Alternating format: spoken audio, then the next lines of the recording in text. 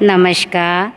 मैं लीला मैम प्रेम विद्या मंदिर high school से कक्षा 11 हिंदी काव्य खंड का पाठ 1 कवि समझाऊंगी। उसका पहला पद समझा दिया था, अब पद 2 का भावार्थ बताऊंगी।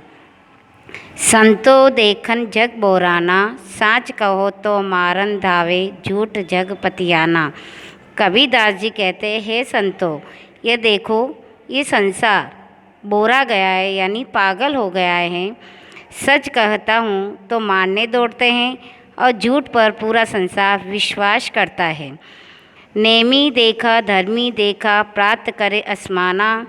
आत्म मारी पखा नहीं पूजे, उनमें कछु नहीं ज्ञाना। कबीरदास जी कहते हैं, नेमी यानी नियम धर्मी यानी धर्म यानी नियम पालन करने वाला, धर्म के रूप चलने वाला। सुबह उठ के स्नान यानी स्नान करना, सुबह उठ के वो स्नान करता है, नियम से धर्म पूजा करता है।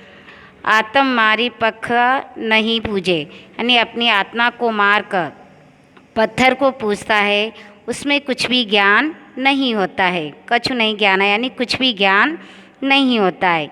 बहुत तक देख पीर ओलिया, पढ़े किताब कुराना। के मुरीद तद बीर बतावे, उनमें वो है जो ज्ञाना। कबीरदास जी कहते हैं कि ऐसे बहुत से पीर ओलिया देखे हैं जो किताब कुरान यानी ग्रंथ सब कुछ पढ़ते हैं, वो अपने शिष्य के बताए। मुरीद यानी शिष्य और तदबीर यानी उपाय, शिष्य के गुरु के बताए यानी शिष्य उसी उपाय बहुत सारे उपाय बताते हैं कि किताबों में ही ज्ञान छिपा है, उससे ही हमें आत्मज्ञान प्राप्त होता है।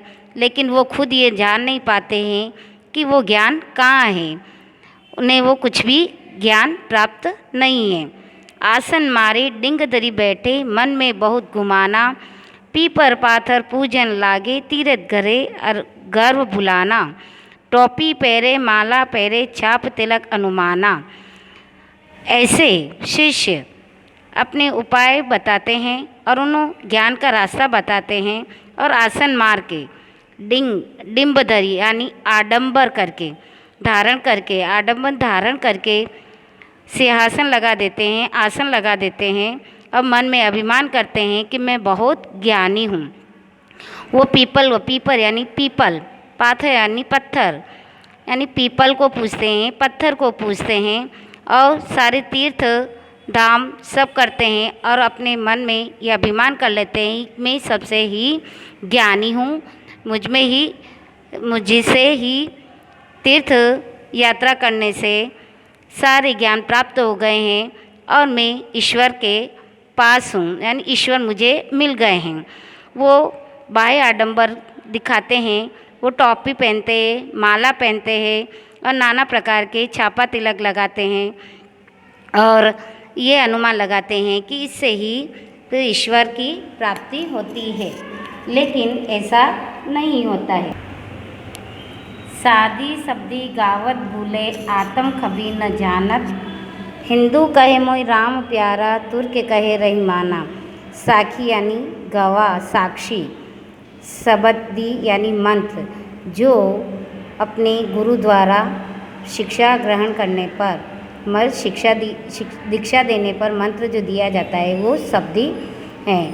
तो ऐसे साक्षी मंत्र की भूलते नहीं हैं और उनको गाते रहते हैं और अपनी आत्मा की खबर उनको पता नहीं, अपने आत्मा के अंदर इस खबर का कुछ पता नहीं चलता है और न ही उनको ये ज्ञात रहता है कि इसमें ही ईश्वर का निवास है। हिंदू कहे मोई राम प्यारा, तुर्क कहे रहीमाना। आपस में दो लरी लरी मोए, मर्म न कछु जाना। हिंदू कहते मुझे राम प्यारा है, तुर्क कहते मुझे रहीम प्यारा है।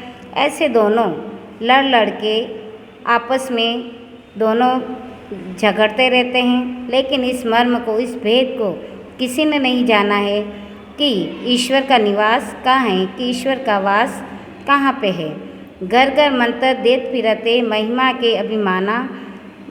इस तरह कबीरदास जी कहते हैं मैं घर घर जाके ये मंत्र देता फिरता हूँ कि इसकी महिमा अभिमान करने में नहीं है।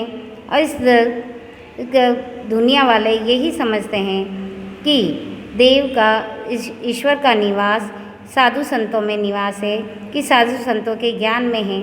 लेकिन ऐसा इस महिमा को वो अभिमान के रूप में जानते हैं कि संत की महिमा ही सच्चे साधु संतों की सेवा में ही ईश्वर का निवास है। गुरु के सहित सिख सब बूढ़े अंतकाल पछताना। ऐसे शिष्य गुरु के साथ ही इस भव सागर में डूब जाते हैं जो ऐसा सोचते हैं कि मेरे सद्विचार से ही ईश्वर का निवास होता है। वो बाद में जाके पछताते हैं। कहे कभी सुनो हो संतो ई शब्द भर्म भुलाना, कहती कहो कहा नहीं माने सहज सर समाना। कबीरदास जी कहते हैं कि संतो सुनो, मैं कितना ही कहता हूँ लेकिन ये कोई नहीं मेरी सुनता है। कहती यानी कितना ही कहा है लेकिन ये कोई नहीं मानता है, कोई नहीं सुनता है। ये सब भूल गए हैं कि ईश्वर हमें सहज रूप में ही, सहज भाषा में ही, सहज आत्मा में ही मिल सकता है। उनको कोई जब तब बाह्य आडंबर दिखने से हमें ईश्वर की प्राप्ति नहीं होती। ईश्वर की प्राप्ति सहज शब्दों में हो जाती है कि हमारे ईश्वर का निवास हमारे हृदय में ही, हम सच्चे मन से ईश्वर का साधना करें, ईश्वर का तप करें और विश्वास करें तो ईश्वर हमें सहज ही प्राप्त हो जाता है। इस तरह कबीरदास जी बाह्य आडंबरों का विरोध करके अपने मन की शक्ति को जगाने का प्रयास करते हैं। Thank you.